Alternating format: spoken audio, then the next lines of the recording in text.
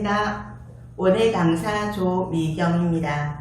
오늘은 반려식물 키우기를 해보도록 하겠습니다.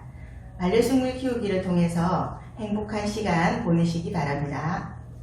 재료 설명을 드리겠습니다. 제일 먼저 오늘의 주인공인 다육식물입니다. 다육식물은 만져보시면 잎이 두툼하고 굉장히 몸 안에 수분이랑 양분을 많이 가지고 있는 특징을 있습니다.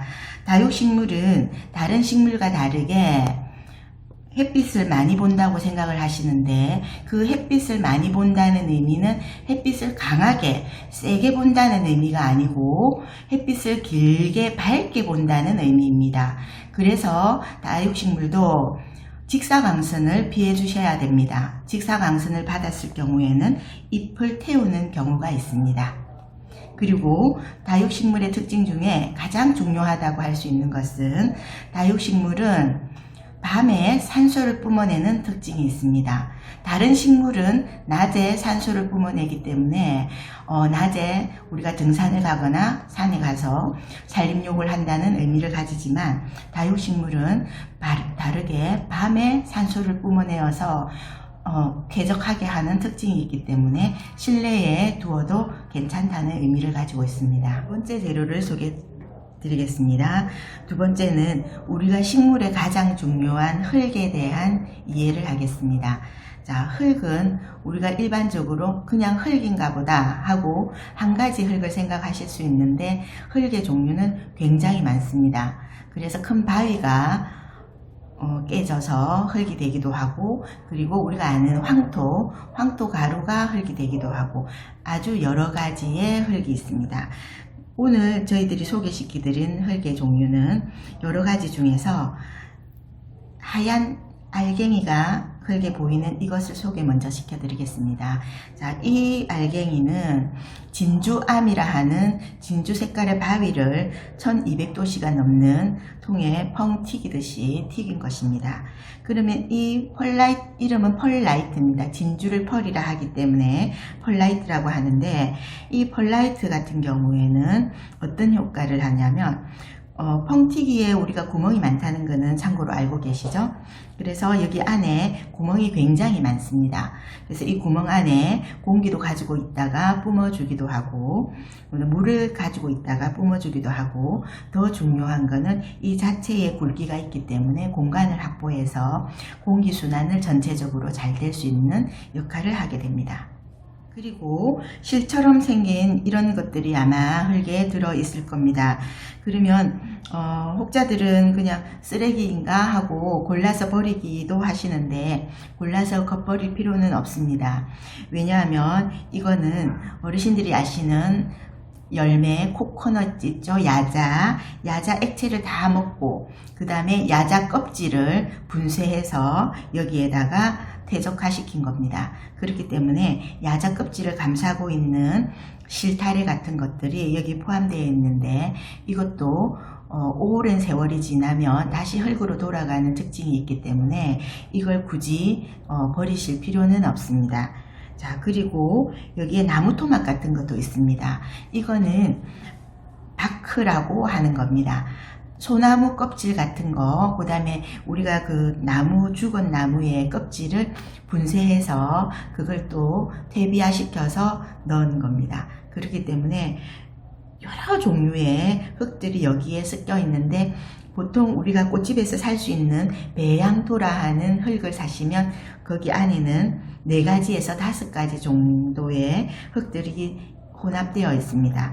그러면 여러분들이 그 흙을 사가 쓰셔야 되는데, 보통 우리가 등산을 가거나 이웃 주변에 보면 화단에 흙이 있다고 해서 집에 있는 화분에다가 그 흙을 조금 퍼서 심기도 하는데, 그렇게 하시면은 굉장히 곤란한 상황이 벌어질 수가 있습니다. 그 이유는 거기 안에 있는 벌레라든지 개미라든지 여러 가지 벌레들이 집안에 화분으로 들어와서 집을 망치는 경우가 생깁니다.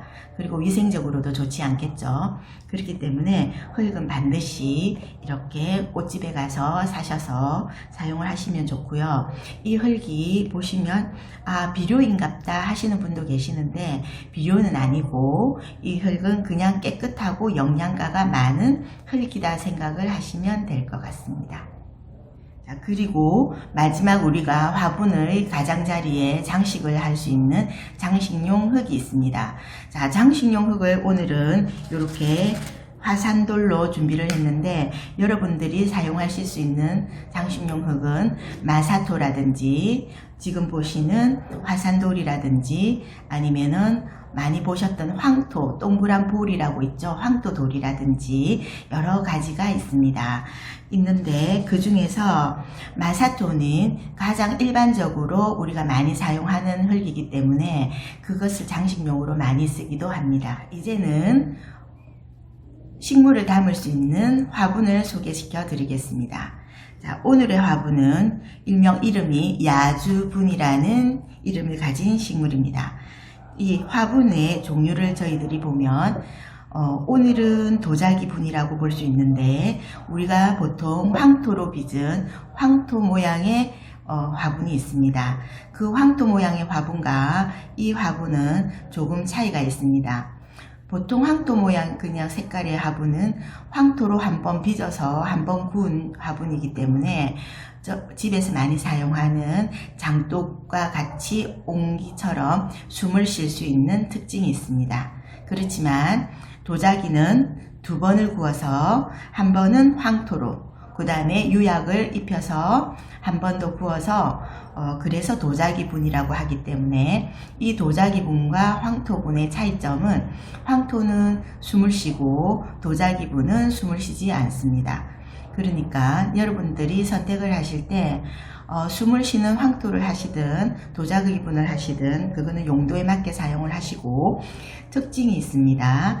또 숨을 쉬고 안 쉬고의 차이는 바깥에 물을 줬을 때 황토분은 물이 어느 정도 있는지가 표시가 납니다. 그렇지만 도자기분은 표시가 나지 않기 때문에 그런 특징을 골라서 선택을 하실 수가 있습니다. 장식을 할 수 있는 돌을 설명드리겠는데요. 자, 이 돌은 우리가 제주도에서 많이 볼 수 있는 화산돌 현무암입니다. 현무암은 구멍이 많고 독특하게 생겼기 때문에 굉장히 장식할 때 유용하게 사용하는 재료 중에 한 가지입니다. 자, 이 현무암은 우리나라 제주도에서는 절대 반출이 되지 않죠. 그래서 이 현무암은 중국에서 100% 수입을 해서 사용을 하게 됩니다. 천연돌이라고 보시면 됩니다. 인공적으로 만들어진 현무암은 현재 나오지 않습니다. 그래서 이 현무암을 우리가 자연의 일부분으로 바위라는 느낌의 장식을 개념을 가지시고 식물과 함께 배치를 하셔야 되는데 각각의 가지고 계신 현무암의 모양이 다르기 때문에 때로는 세우기도 하고 때로는 눕히기도 하고 모양을 보셔서 돌의 앞과 뒤를 구분하시고 위와 아래 또한 구분하셔가지고 식물과 함께 조화를 이루시면 될 것 같습니다. 오늘 우리는 흔히 구할 수 있는 신문지를 사용하도록 하겠습니다. 웬 신문지를 구멍이 막나 생각하시는 분도 계시겠지만 이 신문지는 종이의 특징을 가지고 있지 않습니까? 그래서 이 종이는 나무를 가지고 만들게 됩니다. 그래서 예전에 닭종이 하시는 말들 많이 하셨죠. 그것처럼 이 신문지는 다 종이, 나무를 가지고 만들었기 때문에 오랫동안 흙 속에 있다 보면 자연적으로 분해가 되어서 흙으로 돌아가는 특징이 있습니다. 이 신문지를 한 장, 두 장은 안 됩니다. 한 장을 반드시 쓰셔야 되는 이유는 한 장을 하였을 때 물이 굉장히 잘 빠지고 흙은 안고 있는 역할을 합니다. 만약에 망을 쓰셨다면 흙이랑 물이 함께 섞여서 내려가는 특징이 있기 때문에 망보다는 신문지가 훨씬 흙의 유실을 감소시키는 역할을 합니다. 그리고 이 신문지에 있는 잉크 요 글자 있죠. 이게 석유 냄새가 나기 때문에 이 석유 냄새 때문에 벌레를 덜 꼬이게 하는 역할도 합니다. 그리고 구하기 쉽죠. 그래서 일석삼조, 일석사조의 효과를 가질 수가 있습니다. 그래서 적당한 크기의 신문지를 잘라서 구멍을 막습니다. 자, 신문지를 너무 크게 자르지 마시고 두 겹도 되지 않고 한 겹으로 하셔야 되는 것은 반드시 기억을 하셔야 됩니다. 자, 그리고 이제 식물과 이 장식돌의 배치를 볼 건데요. 먼저 식물을 사용을 할 때는 두 가지 이상을 모둠으로 식물을 심을 때는 식물의 특징이 완전히 다른 것을 선택하셔야 됩니다.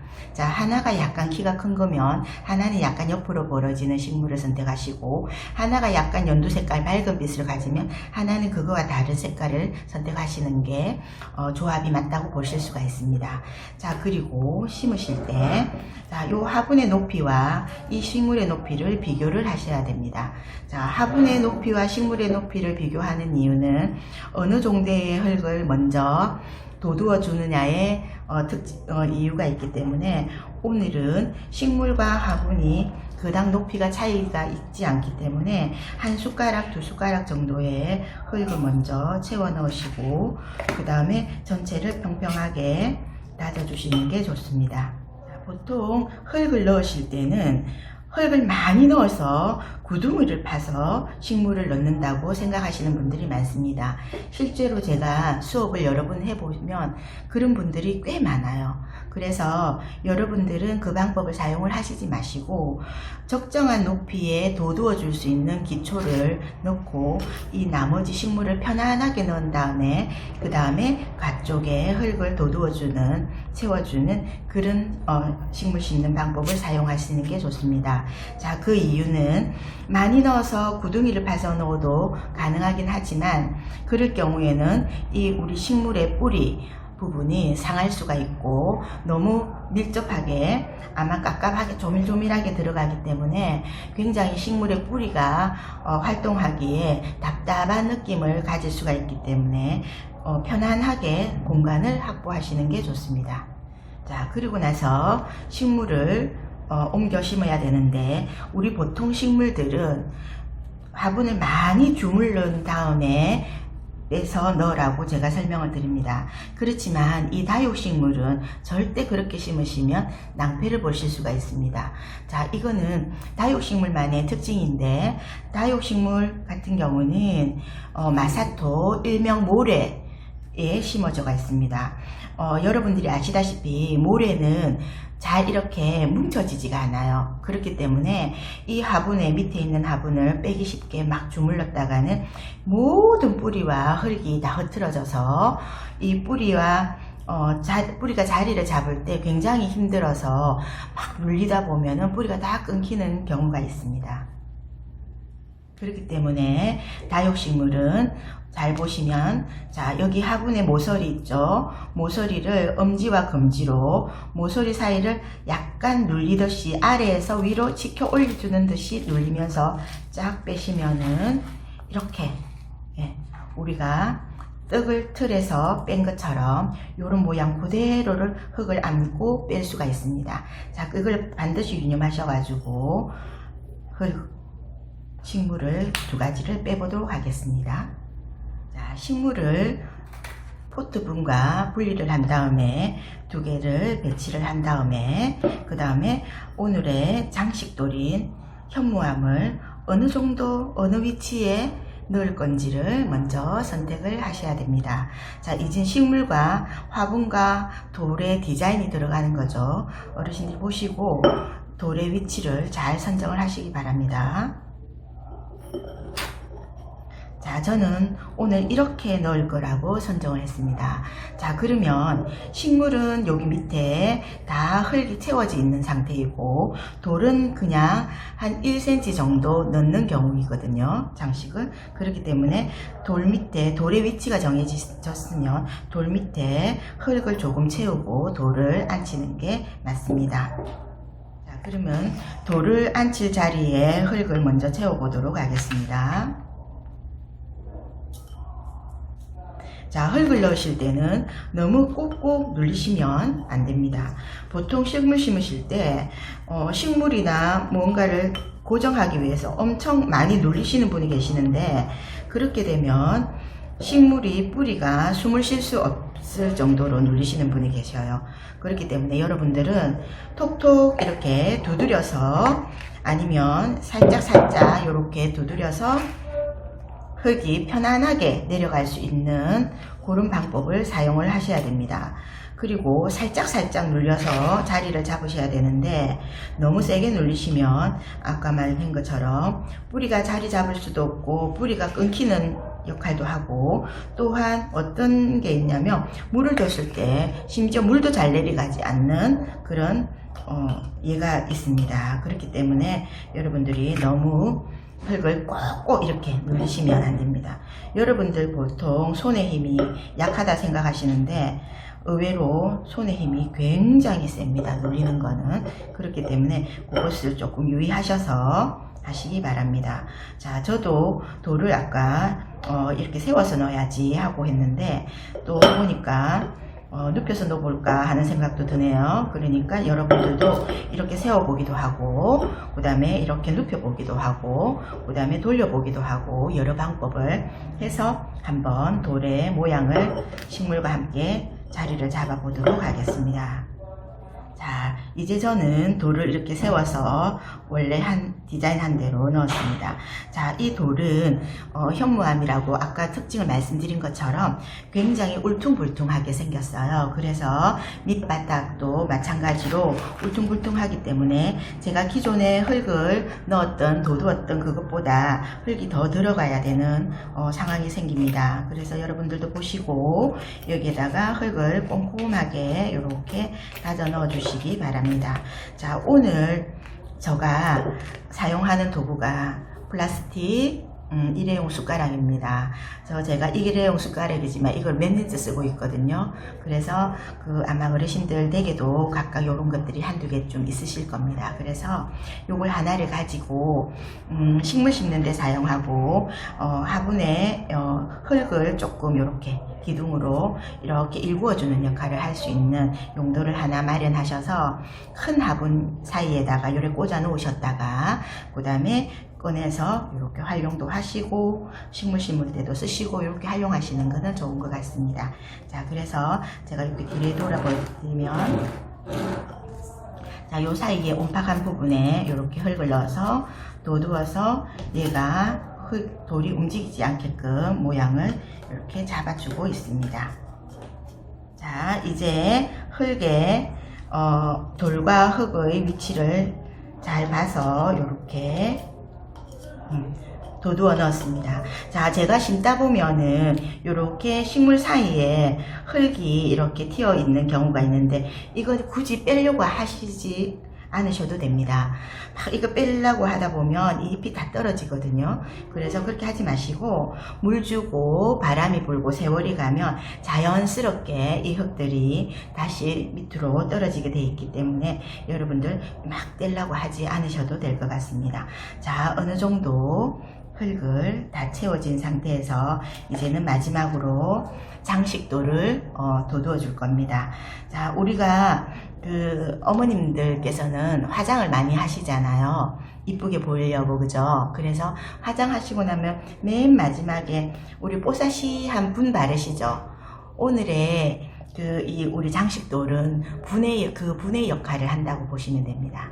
그래서 이렇게 심어도 이쁘고 괜찮아 보이지만 마지막에 장식돌을 가지고 한번 전체 흙이 보이지 않게끔 이렇게 살짝만 우리가 분 바르는 느낌으로 살짝만 이렇게 위에다가 올려주시면 아주 근사한 우리 전시 작품처럼 그런 작품이 나오게 됩니다. 자, 그래서 장식돌을 가지고, 자, 돌 뒤에도 그렇고 어쨌든 전체적으로 보셔서 다 보이지 않게 이렇게 뺑 돌아가면서 넣어주시고, 자, 돌 뒤에도 넣은 거 보이시죠? 자, 넣어주시고, 자, 그 다음에 요 식물과 식물 사이에 그 부분에도 자, 넣으셔서 살짝 이렇게 밀어주시면 잘 들어가겠죠? 이렇게 넣으셔가지고 완성을 하는 걸로 하겠습니다. 자, 완성된 작품입니다. 한번 쭉 돌려서 앞과 뒤를 보여드리도록 하겠습니다.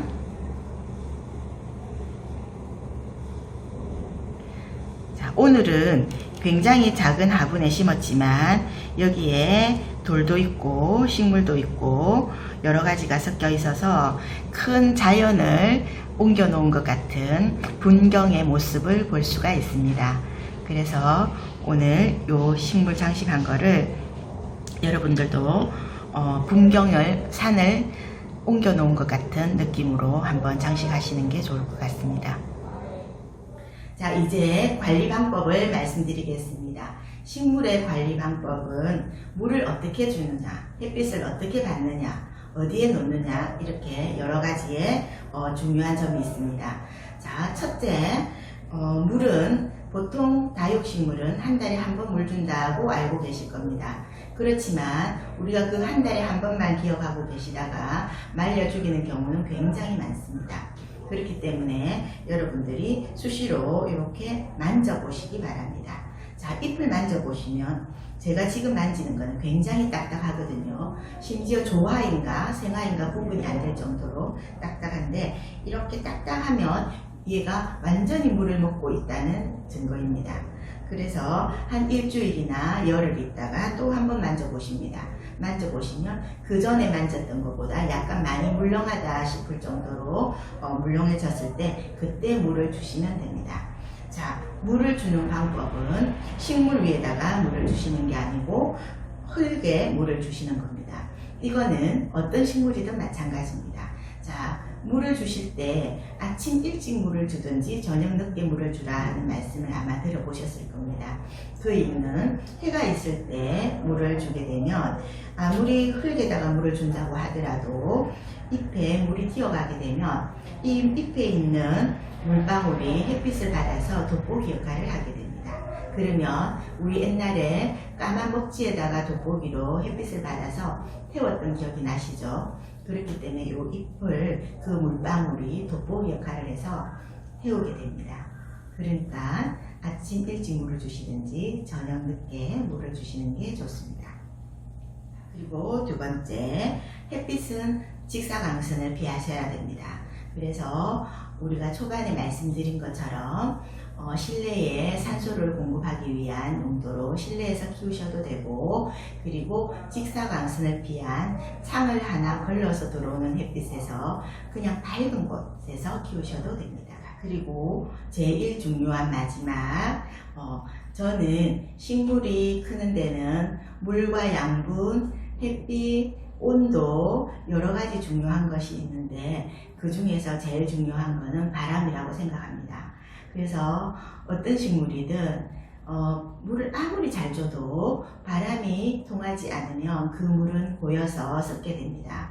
그렇듯이 식물도 마찬가지로 물을 잘 주시는 것도 중요하지만 통풍이 잘 되는 바람이 설렁설렁한 곳에 놔두셔서 키우시면 굉장히 물을 조금 많이 주든 물을 조금 적게 주든 지 스스로 밸런스를 맞춰 가지고 살 수 있습니다. 자, 우리가 물을 내가 잘 못 줘서 죽는가 보다 하는 생각을 대부분 많이 하시는데 환경 때문에 죽는 경우도 굉장히 많습니다. 그래서 여름은 에어컨 켠다고 문을 꼭 닫아 놓으시고 겨울은 또 추워서 문을 꼭 닫아 놓으시죠. 그래서 매일 한 번씩 환기가 될 수 있는, 환풍이 될 수 있는 곳에 한 번씩 화분을 옮겨서 바람을 세워주시는 것은 굉장히 중요한 것 같습니다. 그래서 여러분들이 환기가 잘 되는 창가나 밝은 곳에서 놔두시고 키우시면 좋을 것 같습니다. 수고 많이 하셨습니다. 오늘은 반려식물 키우기를 하였습니다.